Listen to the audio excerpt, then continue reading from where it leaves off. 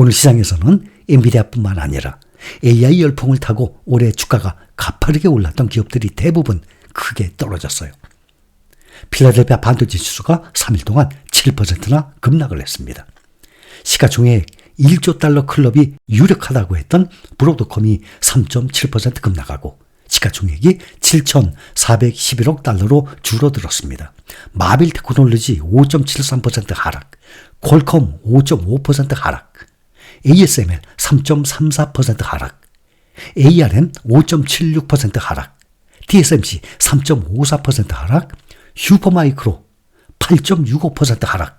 그동안 대장주 엔비디아를 따라서 급등을 했었던 주요 반도체 종목들도 모두 크게 하락 마감했습니다.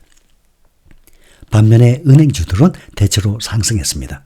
뱅크 오브 아메리카 1.34% 상승, 도이치뱅크 2.78% 상승, 또 1위 은행주죠 JP모건 1.31% 상승 마감했습니다. 또 에너지주 엑스모빌 2.96% 상승, 쉐브론 2.56% 상승. 국제 유가가 미국의 휘발유 수요가 커지고 중동의 지정학적 긴장이 고조되면서 다시 1% 안팎 상승했습니다. 이스라엘이 레바논과 국경에서 긴장감을 유발하면서 원유 공급 측면의 문제가 우려되고 있습니다. 오늘 대형 기술주들 가운데 애플, 메타 두 종목만 조금 올랐습니다. 애플은 유럽연합집행위원회로부터 앱스토어 규정이 디지털 시장법을 위반했다는 내용의 예비조사 결과를 통보받았음에도 불구하고 0.31% 상승했습니다. 전기차 테슬라 올해 좀처럼 반등하지 못하고 있습니다. 하반기에는 상황이 달라질 것이라는 분석이 나오고 있는데 외도부시는 테슬라가 인공지능과 로보택시 기대감에 힘입어서 시가총액 1조 달러를 돌파할 것으로 전망하고 있습니다. 반면에 글로벌 투자은행 RBC 캐피털 마켓의 애널리스트는 테슬라의 로보택시 사업이 예상보다 부진할 수 있다면서 목표 주가를 기존의 293달러에서 227달러로 하향 조정했습니다. 우버와 리프트 등 경쟁이 치열한 것도 목표가 하향의 이유라고 설명했습니다. 오늘 상승세로 출발했던 테슬라가 후반으로 갈수록 상승 동력이 약화된 끝에 결국 하락 마감했습니다. 테슬라에 들이은 거대한 먹구름이 테슬라 주가에 심각한 부담이 되고 있음이 확인됐는데 테슬라가 다음 주 전 세계 분기 출하 통계를 발표하는 것이 갈 길 바쁜 테슬라 주가 오름세에 발목을 잡았습니다. 테슬라는 통상 매 분기가 시작하면 분기 시작 둘째 날에 전 세계 분기 출하 통계를 발표합니다. 이번 주 끝나고 다음 주면은 매 분기 시작하죠.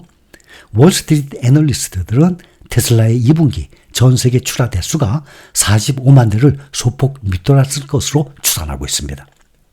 지난해 2분기 46만 6천 대에 비해서 약 4% 적은 규모입니다. 시장 전망은 그러나 시간이 갈수록 더 악화하고 있어요. 최근에는 45만 대를 크게 밑도는 41만 6천 대 수준에 그쳤을 것이라는 전망이 나오고 있습니다.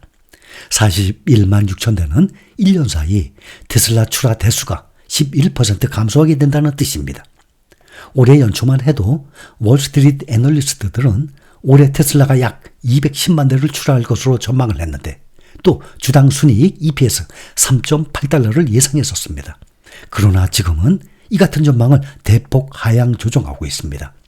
애널리스트들은 테슬라 올해 출하 대수가 180만 대에 그칠 것으로 보고 있습니다. 그러면 지난해와 같은 수준 유지할 것이라는 예상이에요. 또 EPS 역시 2.4달러 수준으로 낮춰 잡았습니다. 테슬라는 비관적 전망 속에 올해 주가가 26% 급락한 상태예요. 최근 3일간 지금 가장 뜨거운 종목 엔비디아가 13%나 급락을 했죠. 그래도 엔비디아 주가의 지금 145% 상승, 이거와 크게 비교가 되고 있습니다. 한편 투자자들은 출하 감소가 이미 예상된 가운데 다음 달 8일 테슬라 로보택시 데이 행사 기대감에 들떠 있다고 합니다. 애널리스트들이 테슬라의 로보택시 부문 전망을 하향 조정하는 와중에도 기대감은 높은 것입니다. 리비안 연내 흑자 전환에 성공할 수 있다는 보도로 주가가 7% 가까이 급등한 데 비해서 테슬라는 0.23% 하락했어요. 미국 전기차는 혼조세를 보였습니다. 니콜라 1.82% 하락한 데 비해서 리비안이 6.69% 상승, 루시드 2.81% 각각 상승했습니다. 일단 리비안은 6.69% 급등한 11.01달러를 기록했습니다. 이날 로이터가 리비안이 비용 절감에 성공해서 연내 흑자 전환을 이룰 가능성이 커졌다고 보도했기 때문에 보입니다. 리비안은 지난 2009년 창업 이래 한 번도 분기순이익을 낸 적이 없습니다. 그러나 이번에 비용 절감에 성공하고 연내 흑자 전환에 성공할 가능성이 커졌습니다. 이에 따라서 리비안이 7% 가까이 급등했습니다. 루시드도 전 거래일보다 2.81% 상승한 2.56달러로 장을 마감했습니다. 이번 주에는 오는 28일 발표되는 5월 개인 소비 지출 PCE 가격 지수와 27일 나오는 2분기 미국 국내 총생산 GDP 성장률 확정치 결과에 따라서 시장의 변동성이 확장될 것입니다. 연준이 가장 선호하는 물가지표 PCE 가격지수는 연준의 금리 인하 등 향후 통화정책을 결정할 변수이기 때문입니다. PCE 가격지수가 예상보다도 낮은 수준으로 나올 경우 주식시장은 강세의 기조를 이어갈 수 있을 것으로 예상됩니다. 지난달 소비자 물가지수 CPI와 PPI 생산자 물가지수 상승률이 모두 완화가 되면서 PCE 물가 역시 둔화됐을 것으로 예상하고 있습니다. 시장에서는 5월 근원 PCE 물가가 전월 대비 0.1%, 전년 대비 2.6% 상승해서 직전 올해 0.2%, 2.8% 수치를 모두 밑돌 것으로 전망하고 있습니다.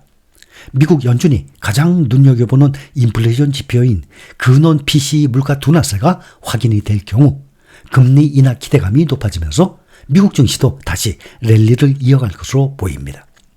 27일에는 미국 1분기 GDP 국내 총생산 확정치와 지난주 신규 실업수당 청구 건수도 발표됩니다.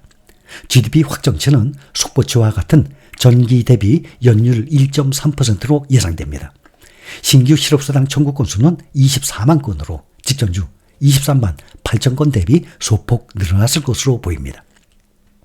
앞서 페드는 올해 금리 인하 회수 전망을 종전 3회에서 1회로 줄였습니다. 시장은 최근 인플레이션 둔화 추세 속에 연내 1, 2회 정도 금리 인하를 점치고 있습니다. 시장에서는 페드가 9월 연방공개시장위원회에서 금리를 0.25% 이상 내릴 가능성 68% 반영 중입니다. 11월에는 0.25% 이상 내릴 가능성 80%로 보고 있습니다. 투자자들은 오는 26일 메모리 반도체의 실적 풍향계로 꼽히는 마이크론 테크놀로지의 2분기 실적 발표를 주목하고 있습니다. 시장에서는 메모리 반도체의 공급과 수요 균형이 올해 내내 타이트하게 유지돼서 적어도 3분기까지는 전분기 대비 두 자릿수 가격 상승률을 나타낼 것으로 예상하고 있습니다. 마이크론 테크놀로지가 월가 예상치를 뛰어넘는 실적과 향후 전망치를 내놓을 경우 다시 반도체주들의 랠리가 이어질 것으로 예상하고 있습니다.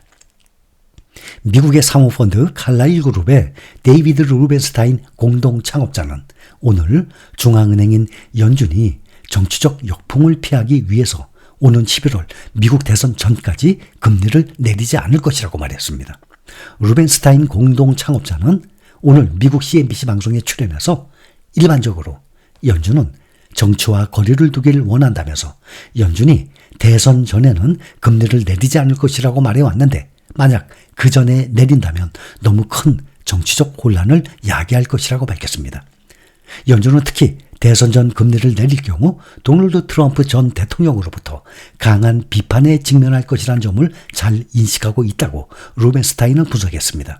금리 인하가 대선 이후에 이루어질 것이라는 시장의 예상이 틀렸다기보다는 옳다고 생각한다라고 평가했습니다. 연준은 지난 12일 통화정책회의 후 발표한 점도표에서 연내 금리 인하 회수를 기존 3회에서 1회로 낮춘 바가 있습니다.